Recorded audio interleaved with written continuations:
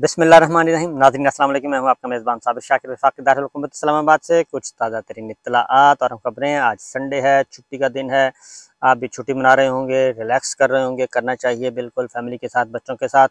और मैं भी ज़रा आज बाहर निकला हूँ क्योंकि घर में बैठ बैठ के ज़रा थोड़ा सा बंदा आवाज़ार भी हो जाता है, इसलिए कोशिश करनी चाहिए कभी कभी बाहर भी निकलना चाहिए, कुदरत के हसीन मनाजिर भी देखने चाहिए। तो उसका मैं ज़रा थोड़ा सा मैंने कहा निकलें। अच्छा पार्क है, बहुत ही अच्छा पार्क है, पुरसकून है, सब्ज़ा ही सब्ज़ा, ग्रीन ग्रीन, हर तरफ दरख्त हैं और भरपूर पुरसकून बहुत है ये जगह। और परिंदों की आवाज़ें आ रही हैं और बाकी जानवर भी हैं, जंगली जानवर भी यहाँ पे पाए जाते हैं। लेकिन वो सिर्फ आप देख सकते हैं, वो आपकी तरफ आ नहीं सकते, दरमियान में जंगला है। और हमारे यहाँ तो ऐसा नहीं है, हमारे यहाँ तो जंगली जानवर जो हैं वो आज़ाद फिर रहे होते हैं और वो कब और किस वक्त किसको नुकसान पहुंचा दें कुछ पता नहीं है। और बल्कि हमारा जो वफाक दारुल हुकूमत इस्लामाबाद के हालात हैं वो तो ऐसे हैं, आपको पता है कि बाहर के जानवर जो हैं वो रातों को डिनर करने भी आ जाते हैं। और जब हम तो वो बाहर फेंकते हैं अपनी बचा खुचा, तो बाहर पूरी की पूरी जो पिग्स की फैमिलीज फिर रही होती हैं और खा पी रही होती हैं। तो इस्लामाबाद कदरे गैर महफूज है। और अब तो ट्रेल 5 पे दीगर जंगली जानवर भी आ चुके हैं और उनकी भी असरात, उनकी भी मौजूदगी देखी जा सकती है।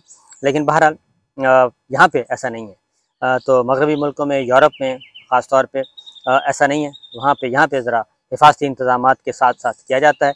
जंगली जानवर अपनी जगह, अपनी हदूद व क़यूद में रहते हैं, इंसान अपनी हदूद व क़यूद में रहते हैं। तो बहरहाल सूरत हाल ये है इस वक्त। आज फादर्स डे है और मेरे बच्चों ने मुझे फादर्स डे पे गिफ्ट शिफ्ट दिए और किया है जनाब, मुबारकबाद दी है, हमारे साथ सॉलिडारिटी की है और एक अज़्म का भी इज़हार किया।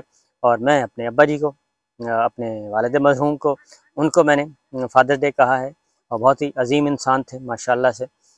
उनके ही ज़रिए जो कुछ मैं हूँ आज, उन्होंने मुझे सिखाया, तारीख़ पढ़ाई, पाकिस्तान कैसे बना और पाकिस्तान क्योंकि हिजरत करके आए थे वो भी, और कैसे हिजरत की उन्होंने और किस तरीके से पाकिस्तान बना और पाकिस्तान बनने के बाद के हालात और पाकिस्तान बनने से पहले के हालात, क्योंकि वो काफ़ी एक्टिव थे और मैट्रिक भी किया हुआ था उन्होंने, मैट्रिक पास थे माशाल्लाह से उस ज़माने में।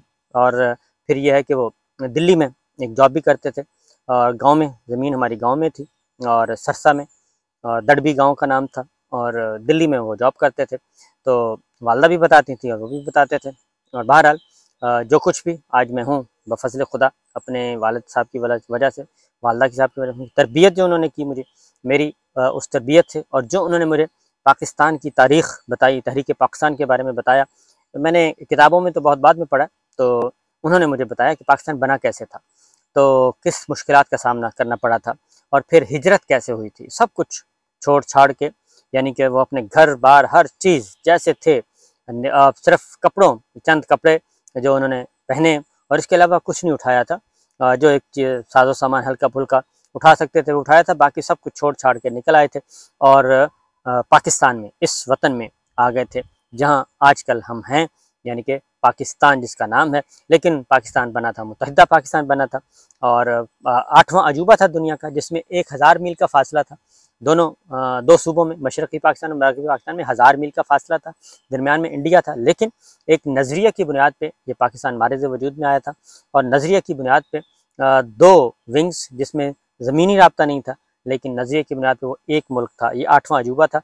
कायद-ए-आज़म मोहम्मद अली जिन्नाह और अल्लामा मोहम्मद इकबाल और तहरीक पाकिस्तान के अजीम रहनुमाओं को सलाम, जिन्होंने ये मुल्क दिया। और लेकिन उसके बाद हमने जो कुछ किया वो हमने अल्लाह की इस नेमत के साथ जो बुरा हाल किया है, जो बुरा सलूक किया है, इसीलिए हम नाशुक्रपन का मुजाहरा किया। और ख़ास तौर पे हमारी अशराफिया ने, हमारे हुक्मरानों ने, खा वो सिविल थे या मिलिट्री थे, उन दोनों ने कायद-ए-आज़म मोहम्मद अली जिन्नाह के बाद, लियाकत अली ख़ान शहीद के बाद, और उसके बाद ख़ास तौर पे ये जो लेटेस्ट जुल्फ़िकार अली भुट्टो मरहूम तक भी पाकिस्तान को लूटा नहीं गया था। जुल्फ़िकार अली भुट्टो मरहूम तक भी पाकिस्तान को लूटा नहीं गया था। पाकिस्तान को लूटने वाले कम थे। और जुल्फ़िकार अली भुट्टो मरहूम के बारे में ज़ियाउल हक़ साहब ने बहुत कोशिश की कि उनके बारे में कोई करप्शन के सबूत मिले, फाइनेंशियल करप्शन नहीं मिली थी किसी के बारे में। तो इसलिए अयूब खान ने भी एक जो तरीका इस्तेमाल किया था वो भी एक कानून बना के, फौजी कानून बना के, एबडो और परोड़ा, उसके ज़रिए अपने सियासी मुखालफिन, पूरी की पूरी सियासी लॉट को आउट कर दिया था पॉलिटिक्स से। और अयूब खान साहब ने एबडो बनाया था, परोड़ा बनाया था। और ये जो आजकल MPO का ज़माना है, यानी कि MPO के तहत आप लोगों को उठा के बाहर जेलों में डाल दें 3-3 महीने के लिए, 6-6 महीने के लिए, ये भी जनरल अयूब खान का ही तोहफा था। और वही कानून आज तक चल रहा है। 3 MPO जिसे कहते हैं, मेंटेनेंस ऑफ पब्लिक ऑर्डर, इसके लिए नक्श अमन का अंदेशा, जिस पे शक को उसको अंदर जेल में डाल दें। और इस वक्त भी जो पाकिस्तान की जेलों में कैद हैं 10,000 से ज़्यादा सियासी कैदी, और मज़ीद गिरफ्तारियाँ की जा रही हैं, ये सब के सब 3 MPO जनरल अयूब खान के। और ये जो नैब का है, जो नैब उसके बाद फिर 85 से ऑनवर्ड जो है, 85 से जितने भी हुक्मरान आए, 85 से मोहम्मद खान जूनियर मरहूम, उन्होंने भी कोई करप्शन नहीं की, उनके खिलाफ भी कोई करप्शन का सबूत नहीं था, ना केस था।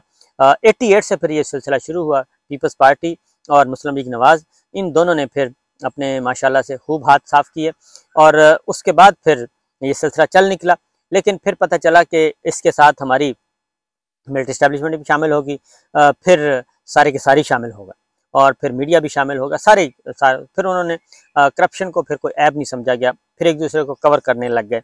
और फिर इसको बारगेनिंग चिप के तौर पे इस्तेमाल किया गया करप्शन को, और वो करप्शन ख़त्म हो गई। फिर ज़िया साहब के ज़माने में जो था, ज़िया साहब के ज़माने में भी, फिर अयूब खान साहब के ज़माने में भी गद्दारी के बहुत ज़्यादा इल्ज़ामात लगते थे। मोहतरमा फातिमा जिन्ना, शेख मुजीबुर रहमान, उन सब के, और फिर अगरतला साजिश के, और फिर भुट्टो के ज़माने में नेशनल अवामी पार्टी को बैन किया गया, सुप्रीम कोर्ट ने उस पर ठप्पा लगाया, वो फिर ANP बन के सामने आ गई। तो हमारे यहाँ कोई नया कुछ भी नहीं है, नई चीज़ कुछ भी नहीं है, सारे पुराने स्क्रिप्ट हैं। पुराने स्क्रिप्ट निकालते हैं और देखते हैं कि बस हमने अपने मुखालिफ को कैसे दबाना है और मुखालिफ को कैसे किनारे लगाना है। और फिर नवाज शरीफ साहब के ज़माने में फिर गद्दारी के मुकदमात भी फिर इन्होंने भी नजम सेठी साहब के ख़िलाफ़ किया, फिर मलिया लोधी उनके ख़िलाफ़ किया, फिर मीर शकील उर रहमान के ख़िलाफ़ गद्दारी के मुकदमात हुए, ये नवाज शरीफ साहब को क्रेडिट जाता है। उसके बाद फिर मज़ीद केसेस आ गए, और फिर नवाज शरीफ साहब का दोबारा ज़माना आया, ये लास्ट गवर्नमेंट थी, उसमें फिर हमारे खिलाफ, मेरे खिलाफ, सलमान इकबाल साहब के खिलाफ, शाहिद रिंद हमारे कोटा के ब्यूरो चीफ, उनके खिलाफ आया, वो एक काम किया गया। और फिर अब तो खैर ऐसे हैं कि जैसे समझे आप, कोई पता नहीं होता सुबह किसके खिलाफ मुकदमा दर्ज हो जाए और पता ही नहीं चलता। और अब उसमें एक और एडिशन कर दी गई है कि गैर मुल्की एजेंटों की। तो मैं सिर्फ ये सारी सिचुएशन इस वक्त डिस्कस कर रहा हूँ कि थोड़ा सा रिलैक्सिंग माहौल में बैठे हैं। तो मैं सिर्फ ये कहना चाहता हूँ कि क्या इससे कोई फ़र्क पड़ेगा, और क्या इससे कोई बेहतरी आएगी। और अगर आप डायलॉग, मकालमा जिसे कहते हैं, मकालमा बंद कर देंगे, फ़िक्री सोचों के दरवाजे बंद कर देंगे, और कोई आइडियाज़ डिस्कस नहीं करेंगे किसी के साथ, और अगर आपने तनकीद नहीं सुननी, आपको तो, क्योंकि बंद कमरों में जो हमारे हुक्मरान बैठे हैं मैंने देखा है, क्योंकि 23 साल तो मुझे, 22 साल तो मैंने इस्लामाबाद के इक़्तिदार का ईवान, हर तरह के ईवान जो हैं उनमें देखा है। अंदर जो बैठे होते हैं ना, नंबर 1 टॉप, ख़ास तौर पे जो टॉप लॉट है, वो खा वो प्रेसिडेंट है, खा वो आर्मी चीफ है, खा वो चीफ जस्टिस ऑफ पाकिस्तान है, खा वो प्राइम मिनिस्टर ऑफ पाकिस्तान है, ये इस लेवल के। और उनको सिचुएशन ग्राउंड में ज़मीनी हक़ाइक़ के बारे में मैंने अक्सर देखा है कि नहीं पता होता, ज़मीनी हक़ाइक़ क्या है नहीं पता होता। उनको वही पता होता है जो उनके सामने रखा जाता है, और महदूद, लिमिटेड जो अप्रोच, लिमिटेड सोच, और उनको सिर्फ वही बताया जाता है, और बाकी नीचे सब कुछ हो रहा होता है। यहाँ तक कि ये मैं 22 साल के तजर्बा बता रहा हूँ, साल 2099 से ऑनवर्ड, 99 से 2022 तक का मैं आपको बता रहा हूँ कि हर तरह के एक्सेस हुई, हर तरह की, अल्लाह का शुक्र है, बहुत रिस्पेक्टेबल वे में, बहुत। तो कहीं उनको नहीं पता होता, और वो बाज़ औक़ात ये होता है कि हैरानी का इज़हार कर रहे होते हैं, अच्छा ये कब हुआ, कैसे हुआ, ये किसने किया, तो इसकी क्या डिटेल्स हैं, तो वो इस तरह के उनको नहीं पता होता। और यहाँ तक के आखिरी जो मैं आपको 2 बातें बताता हूँ कि एक तो इमरान खान साहब 9 और 10 अप्रैल की दरमियानी शब, इमरान खान साहब के पास हम थे जब सब कुछ हो रहा था, सब कुछ डिक्लाइन, हमें पता था कि सारा कुछ क्लोजिंग सेरेमनी हो चुकी है, और बाहर के हालात का हमें पता था कि बाहर क्या हो रहा है। और लेकिन हम इमरान खान साहब के पास बैठे थे 8-10 लोग, और वो 8-10 लोग जो हैं वो सारे के सारे बाजवा साहब ने उन सबको ठिकाने लगाया और उनको सबक सिखाया कि वो वहाँ क्यों बैठे थे। तो बहरहाल उसमें मैं था, शहीद अशरफ शरीफ, अल्लाह ताला उनको जन्नतुल फिरदौस में जगह दे, यकीनन जन्नत में मौजूद हैं वो।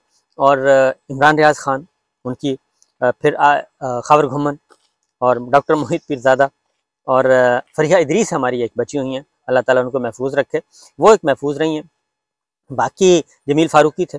तो कोई भी इनमें से 9 और 10 अप्रैल की दरमियानी शब जो वज़ीर आज़म खान साहब के पास मौजूद थे पीएम हाउस में, उनमें कोई भी नहीं बचा। और एक्सट्रीम जो है वो शहीद अरशद शरीफ साहब के साथ हुआ। तो हम मुंतज़िर हैं कि उनके कातलों का कब सुराग लगे और कब पता चले।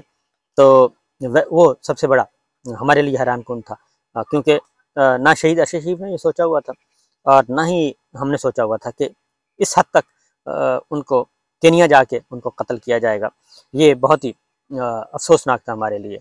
तो ये भी जो आप देख रहे हैं, ये एक बहुत ही अच्छा सा छोटा सा नन्ना मुन्ना सा कैमरे के सामने आया हुआ है, ये देखें। तो ये आप वो देख रहे हैं, तो मैं भी इसको नहीं हटा रहा, अच्छी बात है, इनको भी आज़ादी है, ये भी अपनी इस वक्त मज़े ले रहे हैं, तो कैमरे के सामने आ रहे हैं। छोटा सा ये आप ड्रोन समझें इसको। तो बहरहाल, तो उसके बाद जितने भी देख लें जमील फारूकी के साथ क्या हुआ। खबर घुमन वो जेल में जाने से बच गए, लेकिन पर्चा हो गया। डॉक्टर मोहित पीरज़ादा इस वक्त बाहर हैं, पर्चे हो चुके हैं, मुकदमे दर्ज हो चुके हैं। मैं बाहर हूँ। सबसे पहले अल्लाह ताला ने मुझे वहाँ से महफूज तौर पे वहाँ से निकाला, और उसके बाद बाकी सारे देख लें। एक फरिया इदरीस बची हैं। उसके बाद वहाँ पे थे डॉक्टर शहबाज गिल, उस रात उधर थे, उनके साथ भी एक्सट्रीम बड़ी मुश्किल से वो बचे, और वो भी इस वक्त महफूज मुकाम पे मौजूद हैं। और अली जैदी साहब दूसरे किरदार जो थे, हैरान कुन किरदार जो था, वो अली जैदी थे। अली जैदी उस रात बहुत फुदक रहे थे, और वहाँ पे आनियाँ जानियाँ उनकी हम देख रहे थे, कभी अंदर जाते थे, कभी बाहर जाते थे, फ़ोन शोन भी कर रहे थे। और वो अलबत्ता हैरान कुन है कि उनको वो शिफ्ट कर गए हैं, और वो चले गए इस्तेहकाम पाकिस्तान पार्टी में आखिरी इत्तला आने तक। तो वो थे। बाकी सब जो हैं, बाकी मैंने आपको बता दी है, ये छोटी छोटी बातें, छोटी छोटी चीज़ें आपको डिस्कस की हैं। तो ये है, लेकिन मैं ये कहूँगा कि मेरा ख्याल है कि अभी भी वक्त है कि रीथिंक करना चाहिए, और रीथिंकिंग में ही सब कुछ है। अच्छी बात है, डिस्कशन करनी चाहिए, क्योंकि हम पाकिस्तानी हैं, सब पाकिस्तानी हैं, जिन्होंने वर्दी पहनी है वो भी, और जिन्होंने वर्दी नहीं पहनी वो भी। और वर्दी के बगैर भी लड़ा जाता है वतन के लिए, और ज़रूरी नहीं वर्दी पहन के लड़ा जाता है, और बंदूक के साथ भी लड़ा जाता है, और बंदूक के बगैर भी लड़ा जाता है। और बहुत सारी लड़ाइयाँ जो हैं वो बंदूक के बगैर भी लड़ी जाती हैं। और अगर आपने बंदूक वाली लड़ाई जीतनी है, तो उससे पहले कलम और ज़ुबान की लड़ाई लड़ी जाती है। पहले वो फोर्स उतारी जाती है, वो फोर्स उतरती है, और वो फिर अपना एक नैरेटिव बनाती है। नैरेटिव बनाने के बाद फिर वो आगे पिछले जो फिर आती है बंदूक वाली लड़ाई, बंदूक वाली फ़ौज आती है, तो उसको बहुत सारी आसानियाँ होती हैं। तो ये सब कुछ हो रहा है। लेकिन अगर इंसान अपने आप को अक्ल कुल समझ ले, अक्ल कुल समझ के, और ड्राइंग रूम में बैठ के फैसले कर ले, तो फिर ऐसा नहीं है। मैं ज़ियाउल हक़ साहब को जानता हूँ। ज़ियाउल हक़ साहब के साथ मेरे फादर इन लॉ जो थे, उनके बहुत ही अच्छे मरासम थे। ज़ियाउल हक़ साहब के बारे में वो बताते थे कि ज़ियाउल हक़ साहब जो हैं, वो उनकी कामयाबी 11 साल उन्होंने रूल किया, और उनके इक़्तिदार को ख़ात्मे के लिए C-130 का करना पड़ा था, C-130 करवाना पड़ा था, और इसके अलावा उनको हटाने का कोई और तरीका मौजूद नहीं था, जो क्योंकि वो बहुत ब्रिलियंट जर्नैल थे, इसमें कोई शक नहीं है, और उन्होंने बहुत कुछ किया। ये एक अलग बात है कि वो एक ज़ाहिर है वो मिलिट्री डिक्टेटर थे, और मिलिट्री डिक्टेटर जितना मर्जी अच्छे काम कर ले, उसको लेजिटिमेसी उसको हासिल नहीं होती। मिलिट्री डिक्टेटर को लेजिटिमेसी कभी भी हासिल नहीं होती। वो सारी उम्र उसको इसी पे ही लगा रहता है कि मुझे मेरे इक़्तिदार को जवाज़ बख्शा जाए, लेकिन उसको भी फिर इंडेमनिटी लेनी पड़ती है, और पार्लियामान से लेनी पड़ती है, जिसके खिलाफ वो काम करते हैं। तो बहरहाल जनरल ज़िया जो हैं, उनको बिलाशुबा मैं तो शहीद ही कहता हूँ। और वो बाकी उनकी पॉलिसी से इख्तलाफ किया जा सकता है, सब कुछ किया जा सकता है, लेकिन जिस तरीके से हमारी मिलिट्री लीडरशिप को सारी की सारी को शहीद किया गया, वो एक बहुत बड़ा था हादसा, बहुत बड़ा सानिया था। और सबसे मैं कहता हूँ पाकिस्तान के आजकल तो ये है ना जी कि वो कोर कमांडर हाउस को तोड़ फोड़ हुई है तो उसको एक अजीमुशान सान्या करार दिया जा रहा है। तो मेरा ख्याल है कि सोचना चाहिए, ठंडे दिल से सोचना चाहिए कि 9 मई के वाक़यात को बहुत ज़्यादा हमने ज़रूरत से ज़्यादा कर लिया है। और जब आप ज़रूरत से ज़्यादा किसी भी चीज़ को लेके जाते हैं ना, हाइप क्रिएट करते हैं, तो आजकल का ज़माना है, आपको पता है, मुख्तलिफ ज़माना है, लोग एनालाइज़ भी करते हैं, सब कुछ देखते हैं। अब वो नहीं है कि आप एक चीज़ देंगे, प्रेस रिलीज़ देंगे 4-5 लाइनों की, तो उस 4-5 लाइनों की प्रेस रिलीज़ पे ही सारा कुछ यकीन कर लिया जाएगा, ऐसा नहीं है। तो इसलिए इस पे सोचना चाहिए और दोबारा से अगर रिकन्सिलेशन करनी चाहिए तमाम पॉलिटिकल प्लेयर्स को और तमाम नॉन पॉलिटिकल प्लेयर्स को भी। और रावलपिंडी और इस्लामाबाद के दरमियान, मैंने ट्वीट भी किया, रावलपिंडी और इस्लामाबाद के दरमियान ये जो हमने इंटरनेशनल बॉर्डर का दर्जा दिया हुआ है रावलपिंडी और इस्लामाबाद की हदूद को, फैज़ाबाद को, तो मेरा ख्याल है कि इसको ख़त्म करना चाहिए और दिलों में भी कुदूरतें कम करनी चाहिए और आगे बढ़ना चाहिए। इजाज़त दीजिए, अल्लाह हाफ़िज़।